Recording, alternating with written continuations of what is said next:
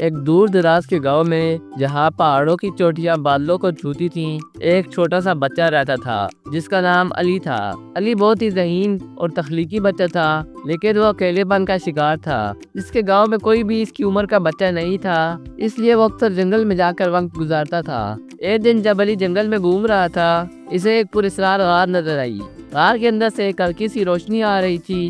علی نے دل میں ہمت جمع کی اور غار کے اندر چلا گیا۔ غار کے اندر اسے ایک جادوئی چراغ ملا۔ جب اس نے چراغ کو صاف کیا تو ایک جن باہر آیا۔ جن نے کہا، اے علی، تم نے مجھے آزاد کیا ہے، میں تمہاری 3 خواہشات پوری کروں گا۔ علی نے پہلی خواہش مانگی، میں چاہتا ہوں کہ میرے گاؤں میں میرے جیسے بچے ہوں تاکہ میں ان کے ساتھ کھیل سکوں۔ جن نے اپنی طاقت کا استعمال کیا اور اگلے ہی لمحے گاؤں میں کئی بچے نمودار ہو گئے۔ علی بہت خوش ہوا اور ان بچوں کے ساتھ کھیلنے لگا۔ دوسری خواہش میں علی نے کہا، میں چاہتا ہوں کہ ہمارے گاؤں میں ایک بڑا اور خوبصورت پارک ہو جہاں ہم سب کھیل سکیں۔ جن نے اپنی انگلیاں چٹکھائی اور گاؤں کے وسط میں ایک شاندار پارک بنا دیا۔ پارک میں رنگ برنگے جھولے، سلائیڈز اور کھیلنے کے بہت سی چیزیں تھی۔ بچے خوشی سے چلانے لگے۔ تیسری خواہش میں علی نے کہا، میں چاہتا ہوں کہ ہمارا گاؤں ہمیشہ خوشحال رہے اور یہاں کے لوگ ہمیشہ خوش رہے۔ جن نے مسکراتے ہوئے کہا، تمہاری خواہش پوری ہو گئی ہے، تمہارا گاؤں ہمیشہ خوشحال رہے گا۔ جن نے اپنا کام پورا کیا اور چراغ میں واپس چلا گیا۔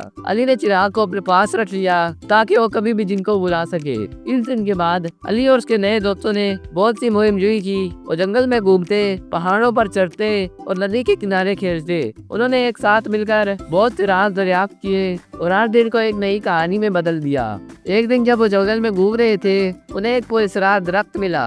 درخت کے نیچے ایک پرانا نقشہ تھا۔ نقشے پر ایک خزانے کی نشاندہی کی گئی تھی۔ بچوں نے فیصلہ کیا کہ وہ خزانے کی تلاش کریں گے۔ نقشے کے مطابق انہیں ایک پہاڑی پر چڑھنا تھا جہاں ایک غار تھی۔ غار کے اندر انہیں ایک بڑا سا صندوق ملا۔ صندوق کو کھولنے پر انہیں چمکتے ہوئے سونے کے سکے اور قیمتی پتھر ملے۔ بچوں نے خزانے کو گاؤں والوں کے ساتھ بانٹ لیا۔ گاؤں والے بہت خوش ہوئے اور انہوں نے بچوں کو ان کی بہادری کے لیے سراہا۔ علی اور کے دوستوں نے ایک ساتھ مل کر بہت سی مہم جوئی کی اور ہر دن کو ایک نئی کہانی میں بدل دیا۔ وہ ہمیشہ خوش رہے اور ان کا گاؤں ہمیشہ خوشحال رہا۔